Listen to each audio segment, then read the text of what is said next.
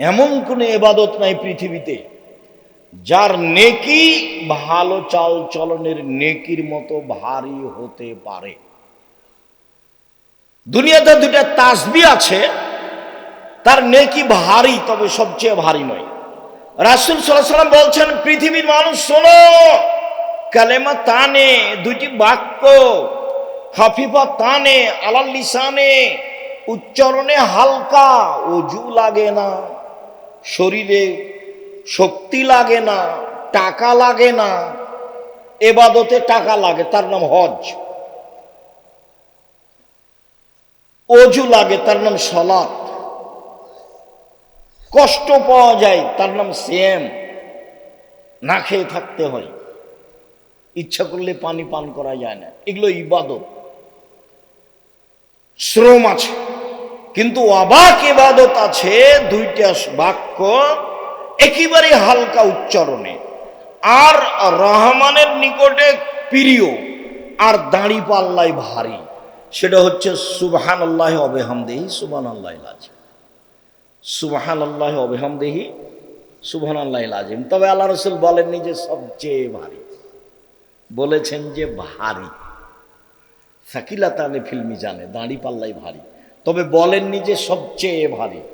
এইখানে বলেছেন যে ভালো চাল চলনের নেকি সবচেয়ে ভারী। মহান আল্লাহ বলেন ভালো চাল চলন, ইদফা বিল্লাতি হিয়া আহসান ফাইদাল্লাযী বাইনাকা ওয়া বাইনা আদাওয়া কান্নাহু ওয়ালিউন হামিম। মুহাম্মদ সাল্লাল্লাহু আলাইহি সাল্লাম আপনি মানুষের সাথে ভালো আচরণে প্রতি উত্তর দেন। মানুষের সাথে কথা বলার সময় প্রতিপক্ষ যা বলবে, যেভাবে বলবে, আপনি তার চেয়ে উত্তম ভালোভাবে বলবেন। ঠগা হোক আর জিতা হোক, কোনো সময় নিজেকে কষ্ট দিবেন না যে অত বলে নিল, অত বলে নিত। বস্তির মহিলা ঝগড়া লাগলে এমন ফাহেস কথা বলে, ও মনে করে যে যত অশ্লীল বলতে পেরেছে তত খুশি। যখন ঝগড়া শেষ হয়ে যায় তখনও বলে যাক স্বাদ মিটিয়ে নিয়েছি, একবারে মন ভরে বলেছি, স্বাদ মিটিয়ে নিয়েছি, এ কথা। তাহলে কি ও সফল? জি না, ও সফল নয়। সম্মানিত দিনী ভাই বোন, বলছিলাম প্রতি উত্তর সুন্দর দিতে হবে, তাহলে যেই দূরত্ব শত্রুতা রয়েছে অন্তরঙ্গ বন্ধুতে পরিণত হবে। মহান আল্লাহ বলেন, ওয়াজাদিলহুম বিল্লাতী হিয়া আহসান। মুহাম্মদ সাল্লাল্লাহু আলাইহি সাল্লাম শুনুন, তর্ক বিতর্কে, বাক বিতণ্ডে, শক্ত প্রতি উত্তরের সময় প্রতিপক্ষ যা বলে আপনি তার চেয়ে উত্তম বলুন। প্রতিপক্ষ যা বলে আপনি তার চেয়ে উত্তম বলুন। আপনি উত্তম বলতে বাধ্য, কখনো জোর করে কিছু করবেন না, জোর করে মনের সুবিধা নিবেন না।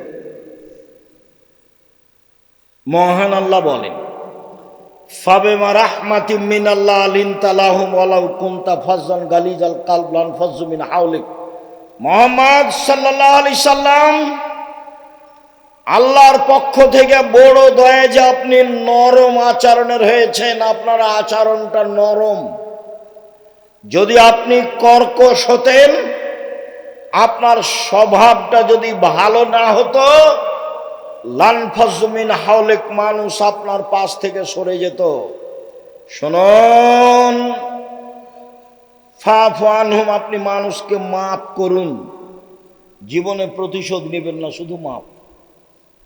প্রতিশোধ নেই, শুধু মাপ, দেখা যাক কি হয়, কত লস হয়। শুনুন, ওয়াস্তাগফির লাহুম, আপনি মানুষের জন্য ক্ষমা চান। আপনাকে গালি দিয়ে যে পাপ করেছে, আপনি পাল্টা বলুন, আল্লাহ ও আমাকে গালি দিয়ে পাপ করেছে, তুমি তাকে ক্ষমা করে দাও। প্রতিপক্ষর সিম গাছ, আপনার সিম গাছ, প্রতিবেশীর ছাগলে কেটে দিয়েছে, একবারে সিম ধরবে এই সময়। তখন প্রতিপক্ষ কিছু গালি দিয়েছে, তো আপনার স্ত্রীও গালি দিয়েছে। তখন আপনি বাড়িতে আসতে আপনার স্ত্রী আপনাকে বলেছে, তখন আপনি বলেন তাকে গিয়ে যে আপনার ছাগলে আমার সিম গাছ খেয়ে নিয়েছে, এই জন্য আমার স্ত্রী আপনাকে কিছু বলেছে, তাই আমি ক্ষমা চাইতে এসেছি। পারবেন? ইনশাল্লাহ। চুপ হয়ে গেলেন যে? আজকে এখান থেকে উঠে বড় ভাইকে ক্ষমা করে দিতে হবে, ওরই কারে গন্ডগোল হয়েছে, কথা হয় না অনেক দিন থেকে। আর আপনার মায়ের সাথেই ছেলে, তোমার মায়ের সাথে তোমার চাচি যেটা বড়, ওর সাথে আর কথা হয় না। গন্ডগোল কিন্তু তোমার চাচির কারণেই হয়েছে। তোমার মাকেই ক্ষমা নিতে হবে, আজকেই নিতে হবে, আজকেই। এবং নির্বাচন করতে গিয়ে যত মানুষের বদনাম করেছো 24 ঘন্টার মধ্যে ক্ষমা নিতে হবে। আর জীবনে এগুলো কাজ করিও না, এই কাজে আসিও না। উপার্জন একটা বাছাই করো, প্রয়োজনে বাদাম বিক্রি, প্রয়োজনে কলা বিক্রি, এই পথে আসিও না, এই পথ জায়েজ নয়। মহান আল্লাহ বলেন,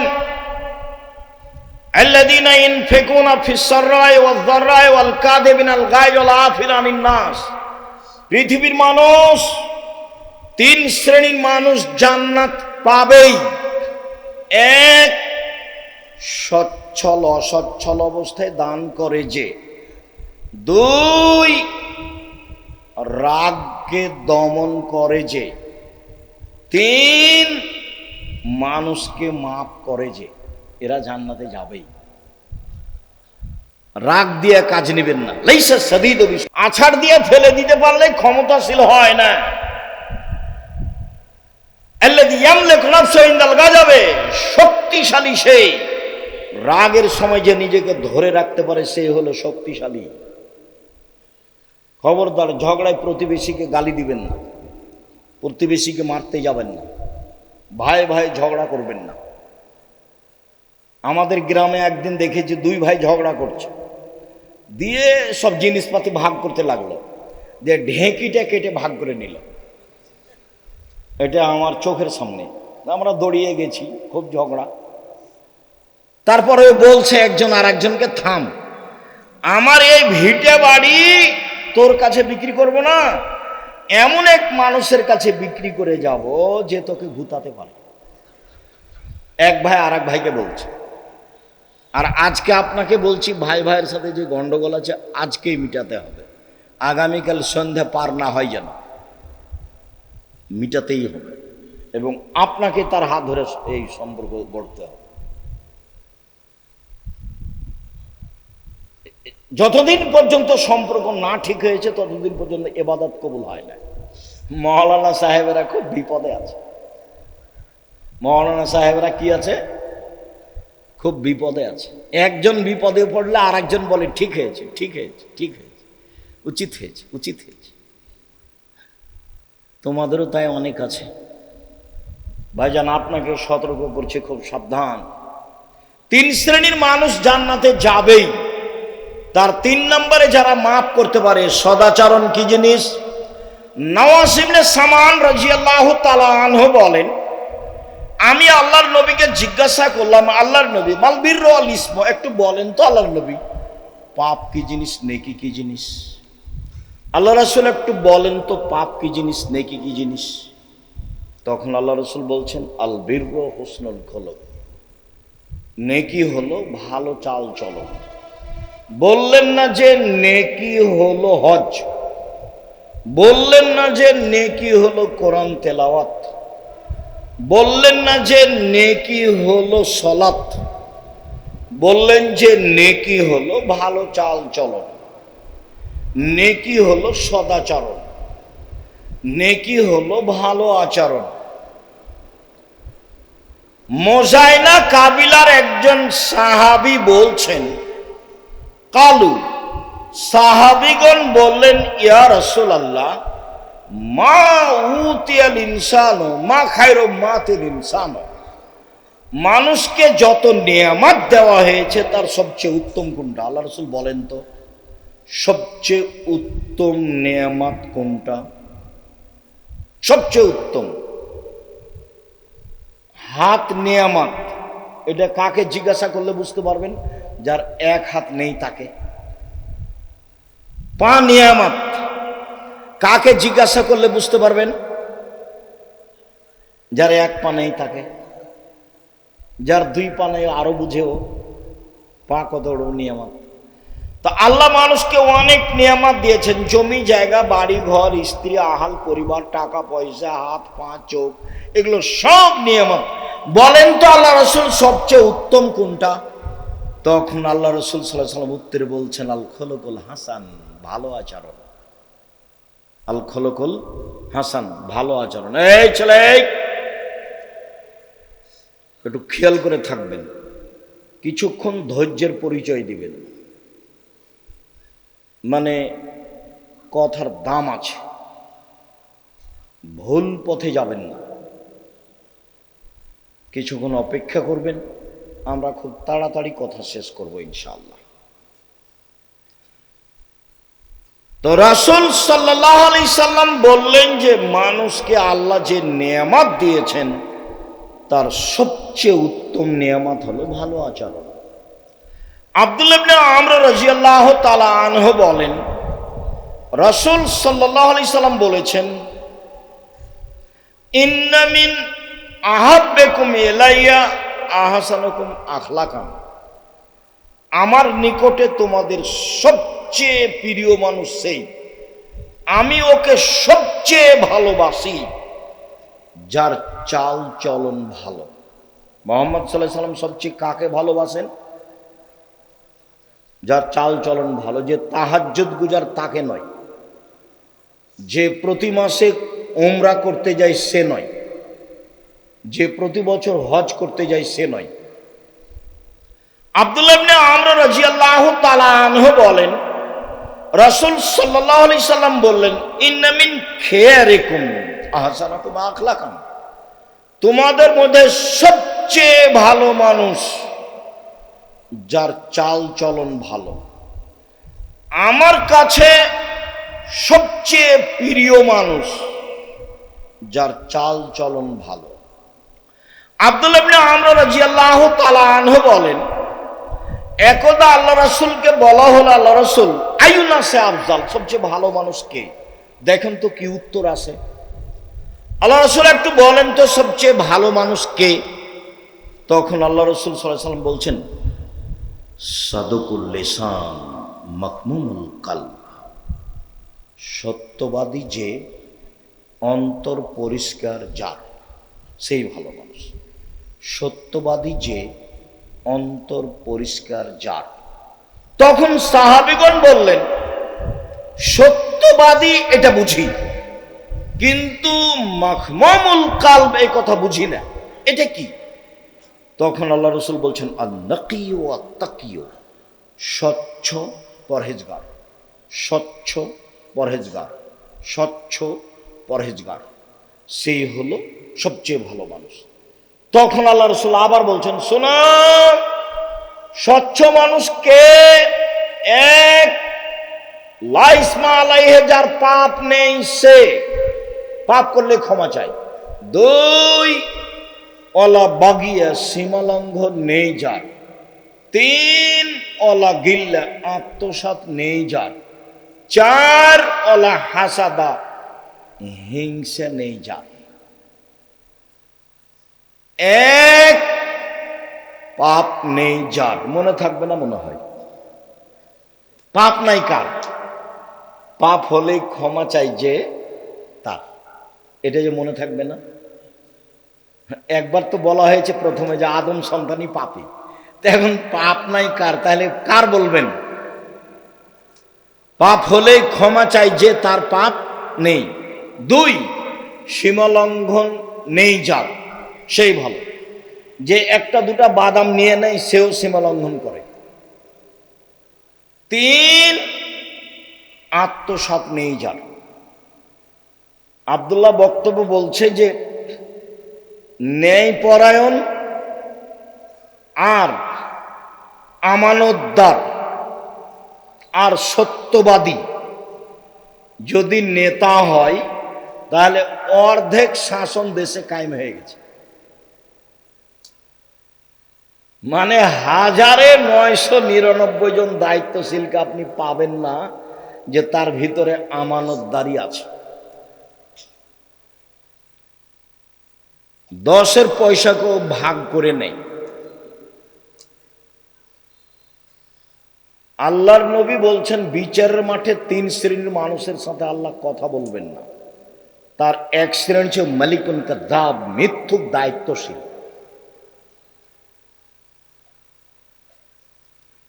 হিংসা নেই যার, সেই হচ্ছে স্বচ্ছ।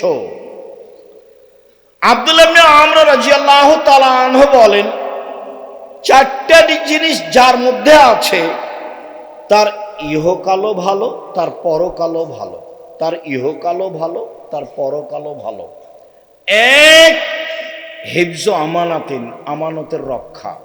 2, সিদক হাদিসিন, সত্য কথা। 3, হুসন খালিকাতিন, ভালো চাল চলন। 3, হুসন খালিকাতিন, ভালো চাল চলন। 4, ইফাতুন ফি তুমাতিন, বৈধ রুজি।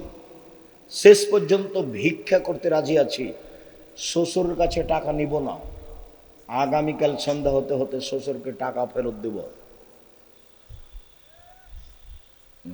আমাকে আব্দুল্লাহর শ্বশুর একবার বলে না কেন যে একটা ঘড়ি দিই, একটা কিছু দিই? কই একবারও বলে না। আব্দুর রহমানের শ্বশুরও বলে না, আব্দুর রহমানের শ্বশুরও কেউ বলে না, একটু কিছু বলে না। একটু কাপড় চোপড় দিই, ঈদ বকরা দিই, সেটাও বলে না। সাহসী নেই। আমাকে এ যাবৎ আমি কোনো মসজিদে গেছি খুতবা দিতে, সেই মসজিদের সভাপতি সেক্রেটারি আমাকে কিছু বলবে এরকম সাহসের সভাপতি সেক্রেটারি আমি 90 সাল থেকে এ যাবৎ দেখিনি। আমি কোনো জালসায় গেছি, কেউ আমাকে কিছু বলবে যে এটা আপনি করেন বলেন, আমি 90 সাল থেকে না এখন পর্যন্ত এরকম দেখিনি।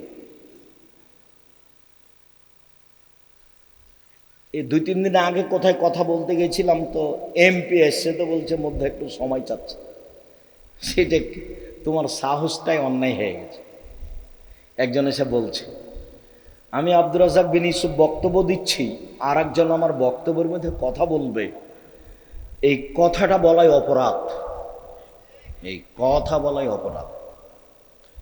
আল্লাহ আমাকে এখন এরকম পিছে নিয়ে যায়নি।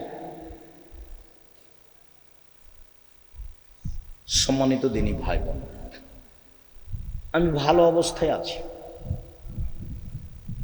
কোনো সময় আমাকে পিছনে যাওয়া আমি দেখতে পাই না। জামিয়া সালাফিয়া ডাঙ্গিপাড়া পবা রাজশাহী 50 বিঘা জমির উপরে, আলহামদুলিল্লাহ। জামিয়া সালাফিয়া রূপগঞ্জ নারায়ণগঞ্জ 100 বিঘা জমির উপরে। কত? 100 বিঘা, যেটা ভাবাই মুশকিল, ভাবাই মুশকিল। যেটা মহিলা সাফারে 70 বিঘা জমির উপরে, যেটা দিনাজপুর সেটা 20 বিঘা জমির উপরে। আর অনেক জেলাতে জমি, বরিশালে চলমান, চট্টগ্রামে চলমান, রাজশাহীতে চলমান, ময়মনসিংহে চলমান, ঢাকায় চলমান, বগুড়া তো আরম্ভ হবে ইনশাল্লাহ। কোথায় যেন আশেপাশে জমি আছে, সাবগ্রাম, ইনশাল্লাহ। 700 মক্তব চলে, 700, 2-1টা নয়। 16 থেকে 20,000 পত্রিকা ছাপে। আল ইতেসাম পত্রিকা আছে, তারপর কিশলয় পত্রিকা আছে, আরবি পত্রিকা আছে, অনলাইন আল ইতেসাম টিভি আছে, করজে হাসানার ব্যবস্থা আছে, অসহায় মানুষের পাশে দাঁড়ানোর ব্যবস্থা আছে, আলহামদুলিল্লাহ। সম্মানিত দিনী ভাই, আমি যেটা দাবিতে রেখেছি সেটা দোয়া, যেখানে দোয়া করবেন আল্লাহ তুমি জামিয়া সালাফে কবুল করো। 5,000-এর বেশি ছেলে মেয়ে আছে পড়ে, 300-র বেশি শিক্ষক শিক্ষিকা আছেন। সম্মানিত দিনী ভাই বোন, 500-র অধিক এতিম অসহায় আছে। অনেক ব্যবস্থাপনা, বিশাল ব্যবস্থাপনা। আলহামদুলিল্লাহ। মনটা কোনোদিন খাটো করবেন না, ছোট করবেন না। মানুষের কাছে নিজেকে কোনোদিন খাটো করবেন না। মাওলানা সাহেবেরাকে বলি, মানুষের কাছে পথ খরচ চাইবেন না, যে আমাকে বক্তৃতা দিতে যাব, আমাকে অগ্রিম কিছু 500 টাকা দেন। পথ খরচ চাইবেন না, ওর কাছে জিম্মি হতে হবে না। এটা দাওয়াতি কাজ। যাওয়ার সময় তার কাছে টাকা নেওয়ার জন্য বসে থাকতে হবে না। গাড়িতে উঠে গাড়িটা টান দেন, দেখা যাক কি হয়, চিন্তা করবেন। পরের দিন আপনার কাছেও যাবে, আর নাই গেল তাতে কি আছে। মাওলানা সাহেবরা নিজেকে বিক্রি করে দিচ্ছে। শতকরা 95 জন বক্তা মিথ্যুক। শক্ত তদন্ত করলে আরো বাড়বে। শতকরা 98 জন মুফাসসির মিথ্যুক। আল্লাহর উপরে ভরসা করে চলতে হবে। উপরে ফায়সালা হলে নিচে সহজ, উপরে ফায়সালা না হলে নিচে কঠিন। শ্বশুরের কাছে টাকা নিয়ে এক সন্ধ্যা কাটানোর চেষ্টা করবো না, ভুল হিসাব। ফার্নিচার আগামীকাল ফেরত দিবা। খাটখাটলা, চৌকি, বাক্স যা নিয়েছো সব ফেরত দিয়ে দিবা। ইফাতুন ফি তোয়ামাতিন, বৈধ রুচি। রাসূল সাল্লাল্লাহু আলাইহি ওয়াসাল্লাম বলেন, তাকে জিজ্ঞাসা করলো, আল্লাহর নবী, মানুষ সবচেয়ে বেশি বেশি জান্নাতে যায় কি পদ্ধতিতে, কিভাবে সবচেয়ে বেশি জান্নাতে যাবে? তখন আল্লাহ রাসূল বললেন, হুসনুল খলক, ভালো চাল চলন যার, তারাই বেশি জান্নাতে যাবে। রাসূল সাল্লাল্লাহু আলাইহি সাল্লাম বললেন, পৃথিবীর মানুষ শোনো,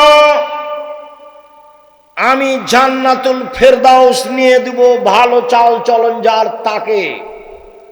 তিনি বললেন, আনা জাইমুন বিবাইতিন ফি রাবাজিল জান্নাহ লিমান তারাকাল মেরাহ ওয়া ইন কানা মুহিক্কান। পৃথিবীর মানুষ শোনো, তোমরা যদি তর্ক ছেড়ে দাও, সত্য হলেও তর্ক। আব্দুর রাজ্জাক সাহেব এটা বলেছেন, আরে না এটা বলেছেন, আরে না এটা বলেছেন। আসসালামু আলাইকুম, আমি গেলাম, আপনি থাকেন, আমি তর্ক করতে রাজি নই। আল্লাহ নবী বলছেন, একে আমি জান্নাতে একটা ঘর নিয়ে দেব। আবার তিনি বলছেন, ওয়ানা জাইম বাইতিন ফি রাবাজিল জান্নাহ লিমান তারাকাল কিযবা ওয়া ইন কানা মাজি। মজাক করে হলে যে মিথ্যা কথা বলবে না, আমি মুহাম্মদ সাল্লাল্লাহু আলাইহি সাল্লাম তাকে একটা জান্নাতে ঘর নিয়ে দিব। তিনি বলেন, ওয়া আলাল জান্নাহ লিমান হাসানা খলকাহু। পৃথিবীর মানুষ শোনো, যে চাল চলন ভালো করবে, আমি মুহাম্মদ সাল্লাল্লাহু আলাইহি সাল্লাম তাকে জান্নাতুল ফেরদাউস নিয়ে দিব। কিভাবে নিয়ে দেব সেটা আমার ব্যাপার। আল্লাহর নবী মুহাম্মদ সাল্লাল্লাহু আলাইহি সাল্লাম তার চাচাকে বলছেন, চাচা লা ইলাহা ইল্লাল্লাহ বলেন না, খালি বিচারের মাঠে কিভাবে জান্নাতে নিয়ে যায় সেটা দেখবো আমি। তর্ক করা লাগে আমি করব, ঝগড়া করা লাগে আমি করব, আপনি খালি বলেন লা ইলাহা ইল্লাল্লাহ, বাকিটুকু দেখে নেব। আবু জাহাল বলছে যে শেষকালে ধর্ম ত্যাগ করে মরিয়েন না, নইলে কিয়ামত পর্যন্ত মানুষে নিন্দা করবে। তখন বলছেন, ভাতিজা তোমার কথা মানতে পারলাম না, শেষকালে ধর্ম ত্যাগ করে যেতে রাজি নই।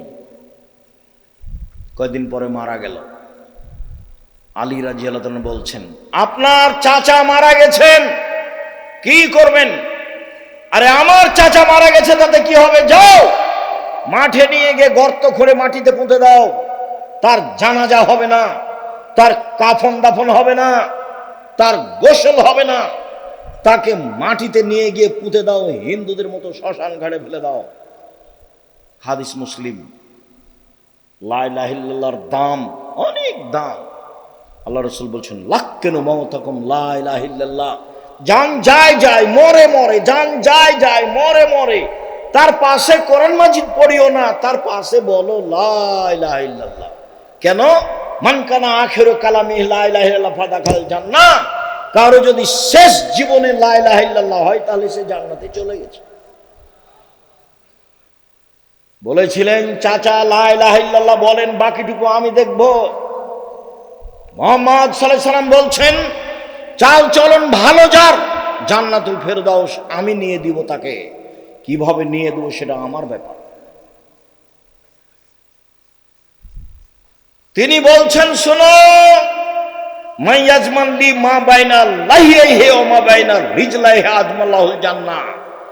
কেউ যদি মুখ কন্ট্রোল করে, মানুষের বিরুদ্ধে না যায়, বদনাম গীবত না করে, আর জেনায় লিপ্ত না হয়, আমি মুহাম্মদ সাল্লাল্লাহু আলাইহি সাল্লাম জিম্মেদার। জান্নাত নিয়ে দেওয়ার জিম্মেদার বুখারী মুসলিম। আমি জান্নাত নিয়ে দেব। কিভাবে নিয়ে দেব সেটা আমার ব্যাপার। মুখে মানুষের বদনাম গীবত করো না, মানুষকে খাটো করো না, জীবনে প্রতিশোধ নেবেন না।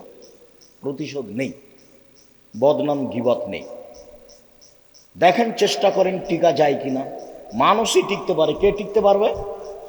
মানুষই পারে। পশু প্রাণী পারবে? পশু প্রাণী পারবে না। সম্মানিত দিনী ভাই বোন, আবু হুরায়রা রাদিয়াল্লাহু তাআলা আনহু বলেন, রাসূল সাল্লাল্লাহু আলাইহি ওয়াসাল্লাম বলেছেন, আর-রাহমু শুহমাতুল মিনার রহমান, ভালো চাল চলন রহমান থেকে বের হয়েছে। রহমান বলেন, আল্লাহ বলেন, এই ভালো চাল চলন, মান ওয়াসালাকে ওয়াসালতুহু, মান কাতাকে কাতাতুহু, তোমাকে যে নিবে আমি আল্লাহ তাকে নিব, তোমাকে যে ছেড়ে দিবে আমি আল্লাহ তাকে ছেড়ে দেব।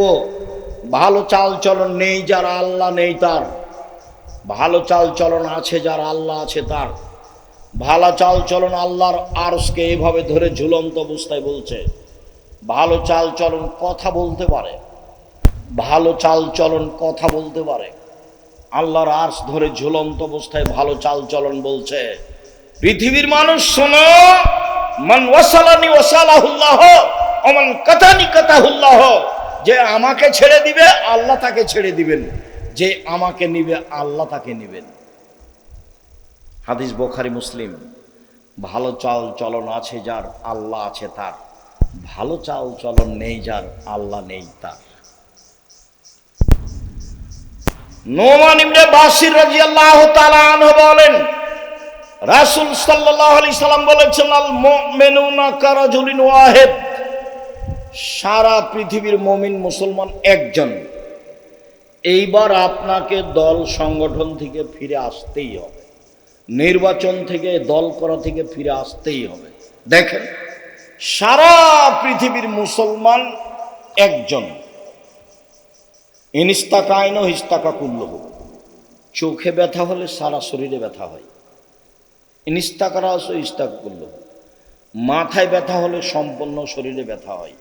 মানে চোখে ব্যথা হলে সম্পূর্ণ শরীরে ব্যথা বুঝে।